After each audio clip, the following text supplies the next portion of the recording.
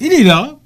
Il a souligné son anniversaire en fin de semaine, samedi, le 20 avril. L'anniversaire souriant. Est-ce qu'on peut dire le nombre de printemps? C'est quoi la normale au gars? Hein? C'est bon, ça? Non, le prof, là. Je pense qu'à Montmagny, c'est 72. Tu vois, la normale. Bon. Hein?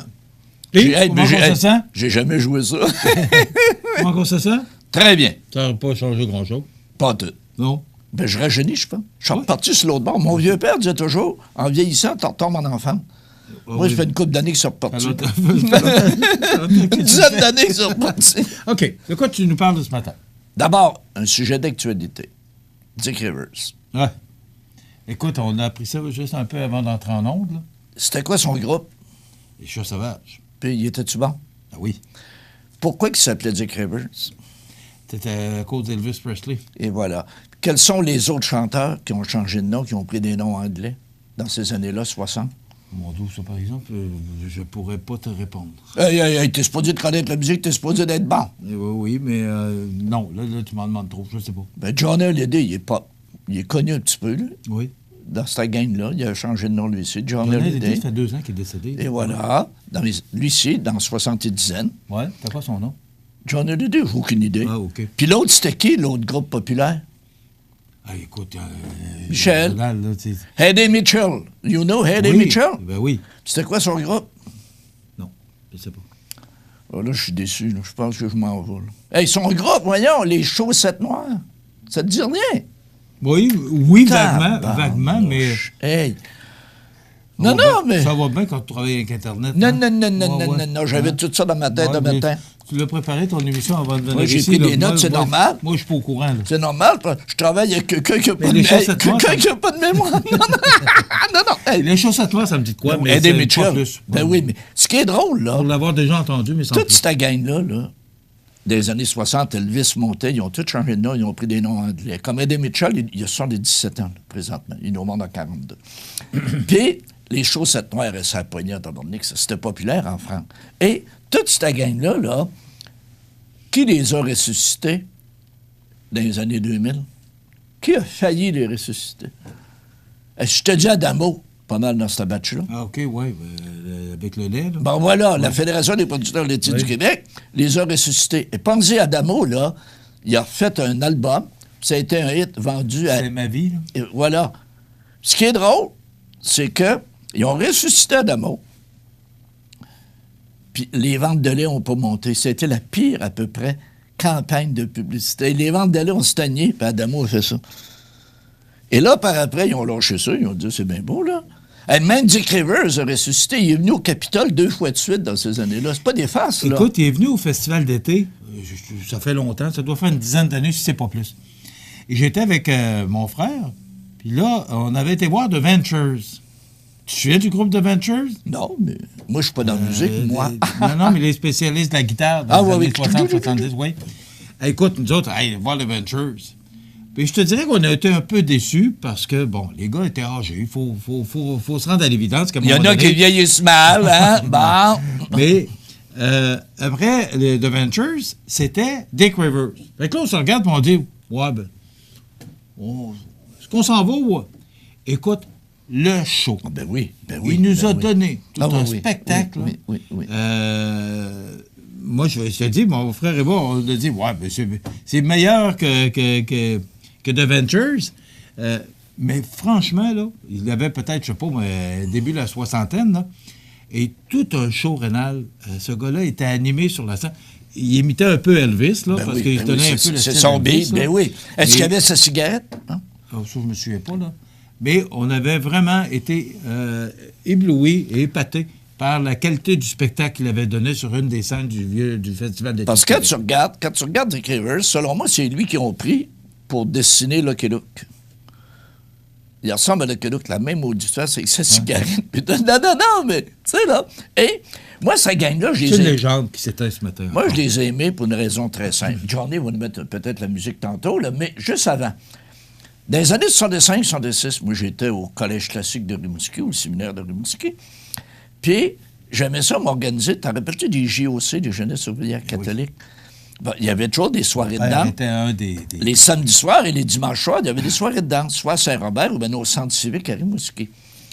Et ça prenait un organisme pour pouvoir louer la salle, puis organiser des danses, puis tout ça. Et moi et mon chum, René Malandin, du Collège classique, on est traversé à l'hôtel de ville, parce que l'hôtel de ville de Rimouski, c'est juste, ça borne le séminaire de Rimouski. Durant notre récréation, un lundi matin, on est traversé à l'hôtel de ville avec notre costume du séminaire. Puis on a dit qu'on voulait organiser des danses. Là, ils ont dit, vous êtes des étudiants au séminaire de Rimouski. Oui, eux autres, ils ont marqué nos noms, le séminaire de Rimouski. Et on a réussi à louer les salles. Parce qu'ils pensaient qu'on faisait ça pour le séminaire. Écoute, pour les gens qui... Oui. Et là, on avait les Maragays, qui est un groupe du Newbie d'Edmonton, Campbellton, au Nouveau-Brunswick. Et là, on a fait ça 2-3 semaines, et ça marchait en tabarnak. Et là, tout à coup, ils ont bien vu qu'on ne faisait pas ça pour un organisme. Et là, ils ont appelé au séminaire, ils nous ont fait venir à l'hôtel de ville. Puis là, ils ont dit, il faut qu'on vous punisse, parce qu'on va vous mettre à l'amende. Ça? Ils ont dit, vous allez payer 5 piastres d'amende. Moi, je suis parti à rire. J'ai dit, on peut-tu louer pour le restant de l'année? 5 piastres d'amende. On faisait de l'argent. Écoute, on faisait 300-400 piastres net. C'est de l'argent en 65. Dans les années 60. En 65, là, c'est de l'argent. Et c'est là qu'on avait fait un beau moton. On avait quelques mille. Et rien ne nous arrêtait, Malandin et moi. On a dit, on fait venir Johnny. On voulait faire venir Johnny Holiday à Rimouski en 1965. Il était jeune, Johnny, lui aussi. Ouais. Il commençait sa Ben carrière. oui! On n'a pas été capable de l'avoir. Parce qu'on n'avait pas de salle assez grande pour pouvoir faire de l'argent avec Johnny. Fait que là, on était poignés de notre affaire, puis tout ça. Et tu sais qui qu'on a pris? À un moment donné, t'as pas de Johnny, t'as pas Eddie Mitchell, t'as pas Dick Rivers, t'as rien de ça. On avait eu Antoine. Est-ce que ça te dit de quoi, Antoine? Non. Ma mère m'a dit, Antoine, tu vas te couper les cheveux. Moi, j'ai dit, ma mère, dans 20 ans, si tu veux. Dieu. Hey, oui. Hey, on avait foulé... Ma mère m'a dit, Antoine, fais-toi couper les cheveux. Je lui ai dit, maman, si tu veux... Dans 20 ans, si tu veux. Bon, et on avait foulé... Je ne me les fais pas couper parce que je... Et on avait foulé le Colisée de Rimouski avec Antoine. Oui, oui. Pourtant, ça a été son seul succès. À Rimouski. Non, non, mais tu sais, tu regardes ça, là. Pour ça que le matin, Dick Rivers, quand j'ai vu ça, ça m'a tout rappelé cette belle période-là, parce qu'on avait du fun. Puis dans ce temps-là, c'était facile d'avoir du plaisir. Tu faisais des soirées. Non, c'est vrai. Mais la JOC, je me souviens, les gens qui nous regardent s'en souviendront sûrement, sur le terrain de stationnement de l'école Beaubien. Oui. Tout près, là, en face du Farfadet, de la garderie, il y avait une grosse bâtisse rouge. Et c'était la bâtisse de la JOC. Et on faisait des spectacles là-dedans. On se servait de ça pour le terrain de jeu aussi. Mais c'était la bâtisse du terrain de jeu, de la JOC, pardon, de Jeunesse ouvrière catholique.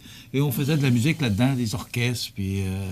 Mais nous autres, ce qui ne nous avait pas aidés, je reviens au centre civique de Rimouski dans ces années-là, c'était le gymnase. On prenait la salle du gymnase sur les soirées, puis tout ça. Ce qu'on ne savait pas, nous autres, tu avais droit à 800 personnes, je pense. Après ça, c'était moins sécuritaire.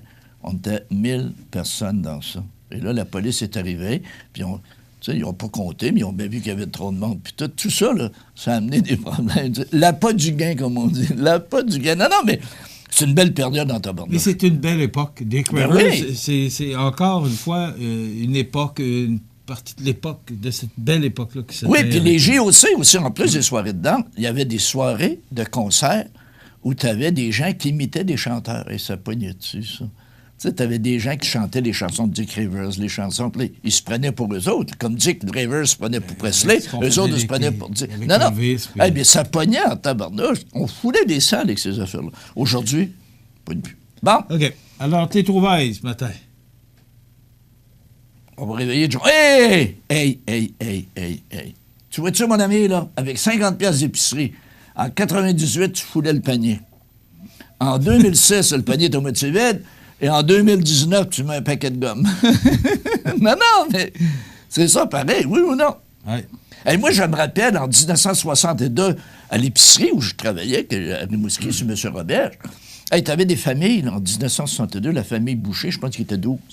Ils venaient faire l'épicerie, puis ça coûtait 125 $ sur l'épicerie, en 62. Fallait-tu qu'ils fassent l'argent avec son garage? Non, mais tu sais, là, aujourd'hui, quand ça coûterait, c'est épouvantable. Mais c'est réel, donc ça, c'est le panier d'épicerie. C'est une réalité. Ben oui. Après ça, mon ami, après l'épicerie, ça, c'est vrai en tabarnouche. la différence entre un chat et un chien. Un chat, là, il voit arriver son maître, il dit, le maître arrive. Le chien, ça, il voit arriver son maître, il va dire, un chien, ça écoute, hein? Ouais. Regarde le chat, ce qu'il dit. Mon esclave est en retard. Parce qu'un chat, ça écoute pas, c'est fou comme la merde, je le sais, moi. Non, mais c'est vrai. Un chat, ça vient de voir que ça, il dit. Mais le chien du gars, mon maître arrive. C'est bon. Puis le chat, hey, ça, Michel, ça te rappelle-tu de quoi, ça? Si t'as pas vu Mon dos, oui. ta mère ou ta grand-mère, ils mettaient de la farine dans une passoire. Non, mais... T'es un peu avant moi, là. C'est plus dans ton temps. Pardon? Hey, Lucette en a une. Elle me l'a montré tantôt. Elle l'avait caché. Ah non? Ouais. Hey, peux-tu vendre ça? C'est une antiquité, il y a de l'argent à faire avec ça. Non. Oh! Les belles petites bières Coleco, c'est-tu beau, hein? Ouais. Puis, Ces bouteilles-là reviennent à la mode. Oui, hein? oui. Mais ce qui est drôle, là, il y en a encore qui existent de ces bières-là. Oublie là, la droite en bas, là, qui était faite par O'Keeffe, c'est une espèce de bière belge qui a disparu, là. Mais Colin, la O'Keeffe, est-ce que ça existe encore? Non. Ne plus? OK. Non. La Golden de Molson, est-ce qu'elle existe encore? Là, je pourrais pas te dire, là. La Molson, ça existe? Oui, la Black Label, ça existe. Oui. La 50 aussi. La Label Bleu, c'est sûr. La Canadian Molson. Ben, tu vois, il n'a pas bien disparu. Ils ont dit qu'il y a juste O'Keeffe qui a disparu. Ils ont fait disparaître O'Keeffe comme dans le temps?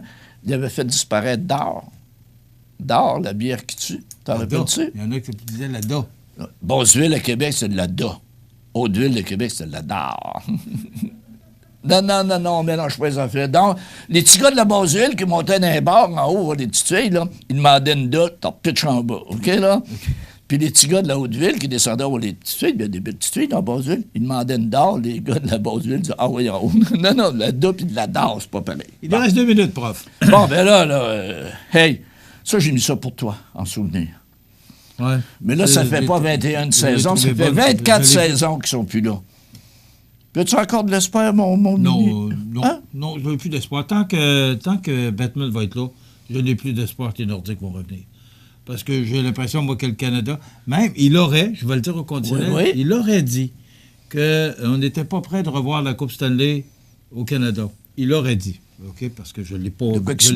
La Coupe Stanley au Canada, on n'a pas de bon club pour ça, nous autres. Là. On va pas trop bien cette année, hein? En tout cas, cette année. C'est normal. Le Canadien n'est pas là. On a éliminé le dernier club. Le Canadien n'est pas là. Bon, Canadien, l'année prochaine. Ouais. L'année prochaine, le Canadien va à la Coupe. T'es-tu prêt? Tu t'es bien pour aller à Sainte-Catherine? Es-tu content de perdre de l'argent en gageant avec moi, toi? Hey, j'ai fait un 2 hier. Bon, OK. Mais... Il gageait pour Boston, j'ai gagé 2 $ pour Toronto. Vous pensez, si j'avais gagé avec 1000 personnes, j'aurais fait 2000 piastres. Maudit, hein? C'est pas fait de l'argent. Oh! OK. Bon, alors, mais là, tu prends pour qui, le restant de la série? Columbus. Ils sont-ils encore là, ça? Ils vont disparaître vite. Les fins de semaine sont en vacances. Oui, c'est vrai. Bon, là, on va terminer sur une note d'humour. Il y a un journaliste aux États-Unis qui s'appelle Rick Rayleigh qui a écrit un livre sur M. Trump, mais par rapport au golf. Okay? Puis il dit dans son livre, Donald Trump est un tricheur compulsif. Et compulsif, ça veut dire qu'il pense à tricher tout le temps. Il triche au vu et au su de tout le monde. Pour lui, le président n'a que faire de la réalité. En politique comme au golf, c'est lui qui doit dicter le score final. Sinon, il se fâche tout rouge. Et il a dit de Trump, si Donald Trump a vraiment un handicap de 2,8, la reine Élisabeth est une championne du saut à la perche. Donc, ça se peut-tu qu'il triche un peu notre Trump? Ouais, je pense qu'on commence à connaître le personnage. Non, c'est ça. Puis à Québec, nous autres, on avait Mario Grenier, c'est l'animateur. Mario Grenier, là, il était drôle, Mario, il était supposément drôle. Puis personne ne l'a joué au golf avec lui. Parce qu'il perdait toujours une balle, mais il la retrouvait. Tu sais, là, il y avait toujours 3-4 balles. Donc, c'était rendu une farce. Mais lui, il riait, il y avait du fun. Mais il y avait des gens qui prenaient ça à cœur, parce qu'il y a du monde qui prenait ça à cœur en tabarnak. Mais j'aimerais ça, jouer contre Trump. Hein? Penses-tu? Comment tu... Jouer contre Trump, me semble, j'aimerais ça, moi, là. Ouais. Gager un 2. OK. Hey, ouais. Gager un 2. Appelle-le. OK. Donc, tu vois que Ce matin, tu me fais de la peine. Parce que, écoute, hey, tu peux pas me nommer les chansons d'Eddie Mitchell, tu te rappelais pas des chaussettes noires. Ça, là... Mais on va se rappeler de bons souvenirs, Ah ben juste oui. pour vous. La petite on en a toune, parlé. oui. Et c'est une autre époque qui se termine, c'est un autre personnage de l'histoire de la musique, un grand personnage. Moi, je trouve que Dick Rivers, je considère que c'est un grand personnage de la musique française. Oui. Oui, je l'aimais au bout de moi. Pour se faire plaisir, voici un de ses grands succès qui date des Chats sauvages et qui fait partie de la transition entre les Chats sauvages et des chanteurs solos. Voici donc Dick Rivers, Viens me faire rire.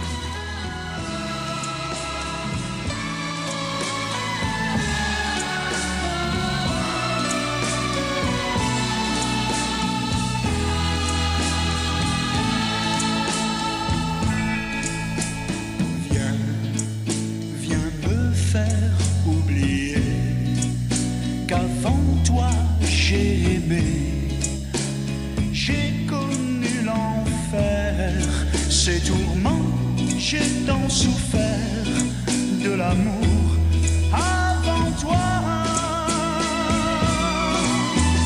Viens me faire oublier tout le mal qu'elle m'a fait. Ce soir, je veux vivre, oublier, je me sens ivre. Près de toi.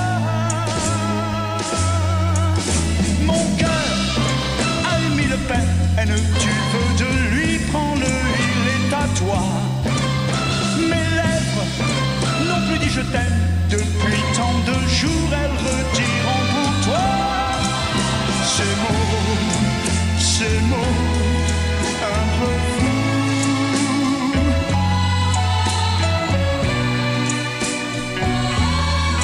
Car tu peux chasser ma tristesse du sourire de ta jeunesse, si tu veux. Enfin, vois-tu, je m'éveille, j'ouvre les yeux sur la vie et sur toi. Et si je te dis je t'aime, tu es la première, oh je t'en prie, crois-moi.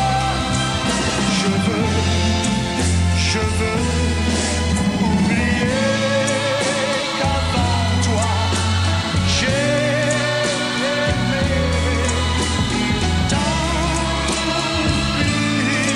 Je veux vivre près de toi, je me sens